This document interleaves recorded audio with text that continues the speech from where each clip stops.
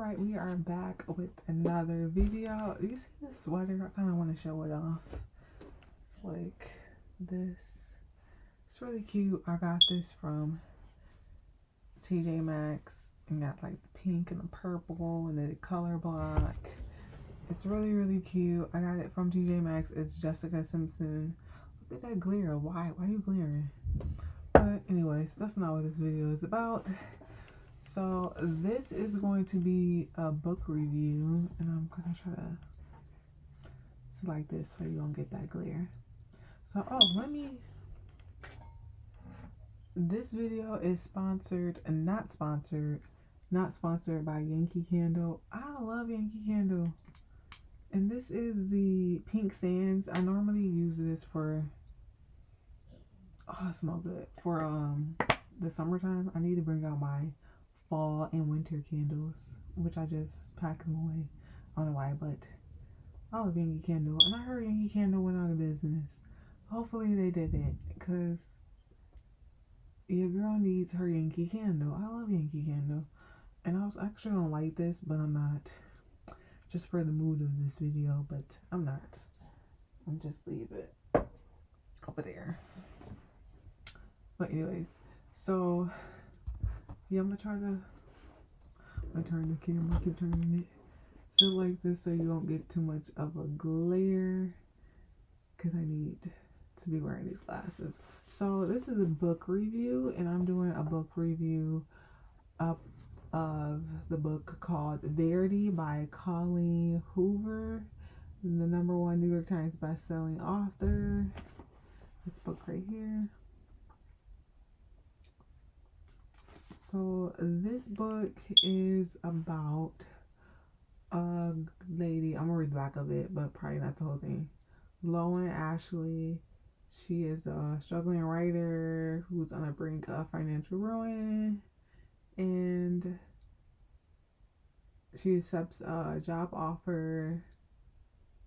And Jeremy Crawford, husband of best-selling author Verity Crawford, has hired Lowen to complete the remaining books in a successful series his injured wife is unable to finish. So, just so you know, this is gonna have spoilers in it.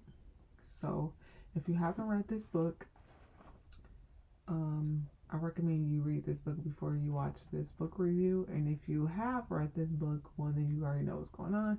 And then you can chat in the comment section so we can chat about this book. And I kind of look goofy sitting this way just so I won't get a glare. But we're going to try to make this work. So, this book, we're not going to talk about exactly what it's about yet. It's a fairly easy read. This is how the text kind of looks.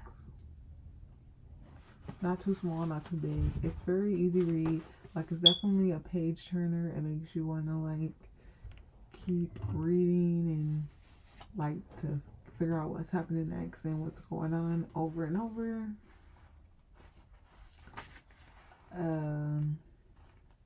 It's a fairly easy read. I think it's like more so geared towards women, and kind of a little bit of teen fiction, like older teen, like 18, 19, maybe 17.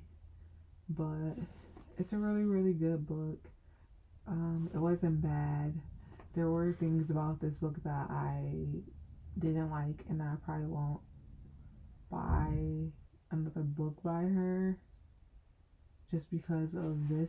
Like, if this is what she's talking about in one book, I don't know. And then her other books don't ever look that appealing to me. I just heard so many good reviews about this book, so I was like, I have to get this book. Like, I have to get this book. Like, I know it's going to be really, really good because everyone's talking about it. Even though a lot of times that books are different though. Like, even though a lot of times people are talking about certain things, it's never really that good. But books normally are, when people say, oh, this book is really, really good, those are normally good, like when people recommend them. But movies and restaurants and stuff, mostly, they're never good. But this pretty was good. It just was stuff in here that I didn't like. So this is like a romantic thriller. It's a standalone. Yeah, it's a romantic thriller. So start of it starts off pretty good. I didn't expect it to turn out the way it was because I didn't know it was a romantic thriller because I didn't read the back of this book. I didn't even read that until just now. But it starts off like with this girl. She is just walking to go to a meeting, and then she witnessed somebody get killed in a car accident because they stepped out or whatever, and like popped their head, got hit by a car. It was a hot mess.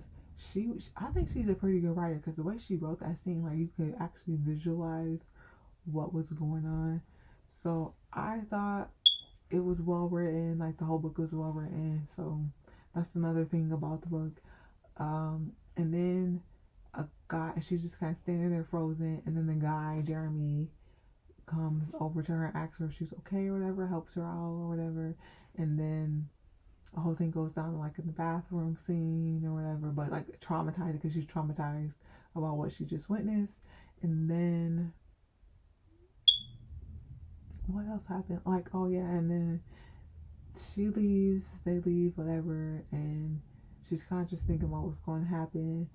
And then she meets him again later in the book because they go to this meeting, the meeting that she was trying to get to, which was a meeting with him, and it's basically about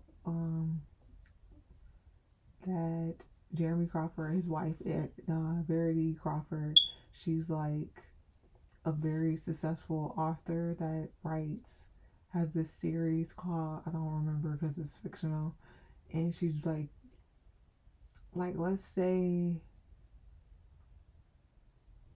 I don't even know any authors. Like, let's say she is like, what's her name? That J.K. Rowling lady. She's big like her.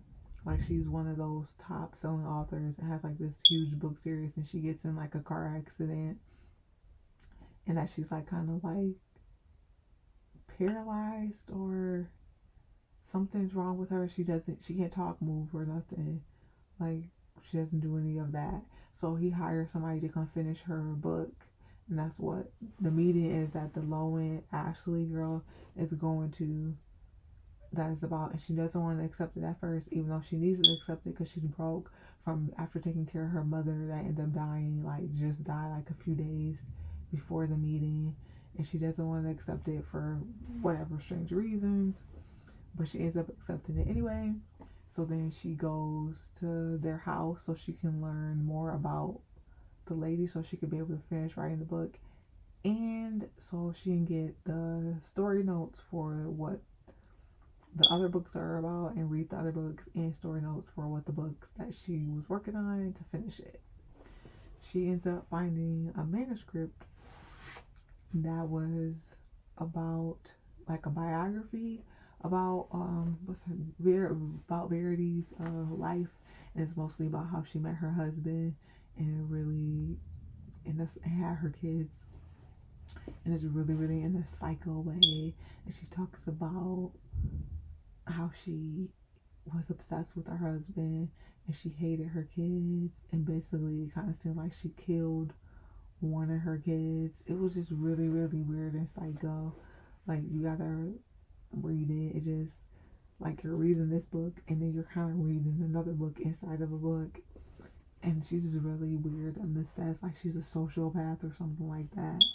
And she's reading that instead of trying to figure out how to write the book for her to finish the series. She's reading that instead, and it has like a lot of explicit context because she talks about like intimate details about her relationship with her husband, like being together. And I didn't like that. I kind of was skipping it because it was like, felt like most of the biography that Verity wrote was about that, and I was just like, this is too much. This is something I don't want to read. That's why I say it's more of a mature teen novel for like 17, 18, 19.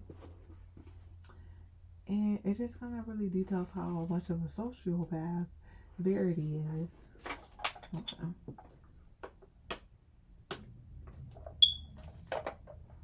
just like, get a little bit of drink. I'm trying myself. But yeah, just a weird detail. And then Lowen Ashley starts falling in love with Jeremy Crawford which is weird because it's like you're there for work. Why are you randomly falling in love with this lady's husband? You don't really know him, but she kind of gets to know him a little bit, but she's mostly getting to know him through the book, and it's mostly like sexual like details, and that's how she's falling in love with him. But it's really because she lusting after him, and that's what she wants. Then they almost have like a moment, and then Verity comes down the steps, and then she like freaks out. Was like, I saw Verity, I saw Verity, and he was like, what? No, you didn't. Like, you're going crazy. The lady can't walk, talk, blah blah blah. So basically, he about to cheat on his wife with this lady that he just met. But whatever. And Verity is just being weird and creepy and staring at her and all this stuff. And she kind of just thinks that Verity's coming after her and everything. It's just really weird. And then they have the little boy, who's like still alive. He's still alive. And he kind of talks to his mom and stuff and waves at her like through the window, even though she's supposed to be in the bed because she can't walk or nothing. But he's waving at her in the window, and she's like, "What are you waving at? Like, your mom's not up and walking. Like, or do you talk to your mom?" Or like he had a knife and something, and then she's like, "He had a knife and he cut himself, blah blah blah." And then the knife wasn't there, and she said, "Well, Verity had to take it, but she can't move." So she's starting to think that she's crazy because she knows she's seeing her and knowing the little boy is talking to her and all this stuff. And then she asks the little boy, "Did your mom tell you blah blah?" And he said, "My mom told me not to talk about you or not to tell you about her." It's just really, really creepy and weird. Then at the end, something happened at the end. I don't remember. For some reason, I don't remember right now. But something happened at the end where like she's about to just leave and be done with everything, and then she tells him that, look, this is the manuscript. Like, she killed your kid, blah blah blah. You need to read it or whatever. He reads it, and then okay, so he reads the manuscript. Then, and the way he was talking about the manuscript, I already figured out that he knew what it was, and he tried to pretend like he didn't know what it was. But he reads the manuscript, and then he go up to her. If you read the book, then you know what I'm talking about. He goes up to Verity's room and was like, "Verity, I know you can move. You're faking the whole thing, blah blah blah." Because she wrote something in her book that she will fake. She will fake her death, or she'll fake something, or she'll kill herself and run into a tree. It's some weird mess, just really weird. Because one of her daughters died from a drowning, and then she killed her other daughter during the drowning or something. One of her daughters died some kind of way, and then she ended up killing the other one because she thought that she had something to do with the other girl's death, even though they were twins. She was just really weird and creepy about her kids, like she never wanted them. And then he's like, "I know what you did. I know you did. I'll go to the police if you don't wake up, if you don't get up now and stop pretending and blah blah blah." And then she's like, "Wait, no, I promise you." She actually gets up and was like, "Wait, no, I promise you something. Let me explain, blah blah blah." He kills her because Lowen was like, um, he said something to her. I want to look it up. I don't know. I couldn't find it, but I'm like at that page. But like he kills her because he was like, just like you tried to kill Harper as an infant. Yeah, like she tried to kill the one she ended up killing. I don't know. She tried to kill her as an infant, tried to suffocate her, and then killed her later on. So he kills her, and then he asks Rowan something. She's like, "I guess we have to," or something. So they end up killing. They end up killing Verity and like covered it all up. And then you skip 7 months later, and then they're like having a kid. That don't shine like suspect, awkward, weird. Like what in the world? Whatever. So now they moving into a new place. She about to have a baby, and she's gonna live happily ever after with Jeremy and his little boy crew and Lady. And they go back to the cabin house, wherever they used to live at, to clean it up and get rid of a lot of stuff. And then she goes and figures something out, clicks inside her mind, and she goes upstairs, opens the floorboards, and see a bunch of stuff that Verity was hiding, which was the knife that she was looking for and couldn't find it because Verity hid it.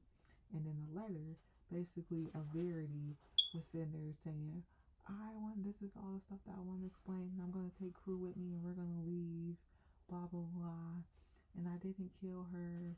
And that novel, I just wrote that because I write dark stories, because the stories that Verity writes are like really dark and evil. She writes from the point of view of a villain, and they're like popular books in the story. And she's like, and I was just trying to figure out how to do that, so I wrote about my life and wrote it in the point of view as a villain and blah blah blah blah. And I know you won't believe me and la la la, so I'm just gonna leave and take her son and some junk, and then kind of explains what really happened, and explain about the part of Harper dying. And I really loved my kids, and I loved you, and blah blah blah. And then that sound like, ooh, that's a plot twist. But then at the same time, she really could just be lying. She's a good writer. She writes. And so then at the end of this, what did her say? What Lowen said? What did she say? She said, no matter which way I look at it, it's clear that Verity was a master at manipulating the truth. The only question that remains is, which truth was she manipulating? So was she really a sociopath and she really killed her kid and all this other stuff, or did she really write this novel for the point of view of the villain, try to pretend? Who knows? We'll never know, because that was the end of the book and she killed the Verity lady off. I don't know. I think it was a good read. It wasn't bad. It was definitely a romantic thriller. It definitely had like 2 plot twists in it.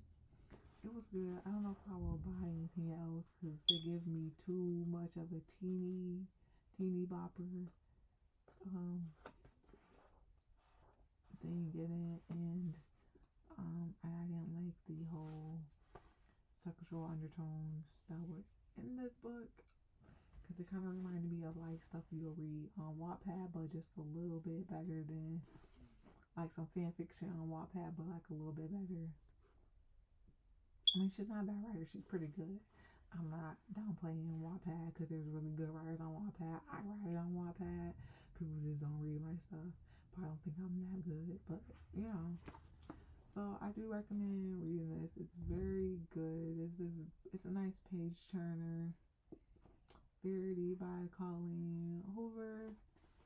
So, and that is the end of this book review. And I'll see you guys in the next video. Bye.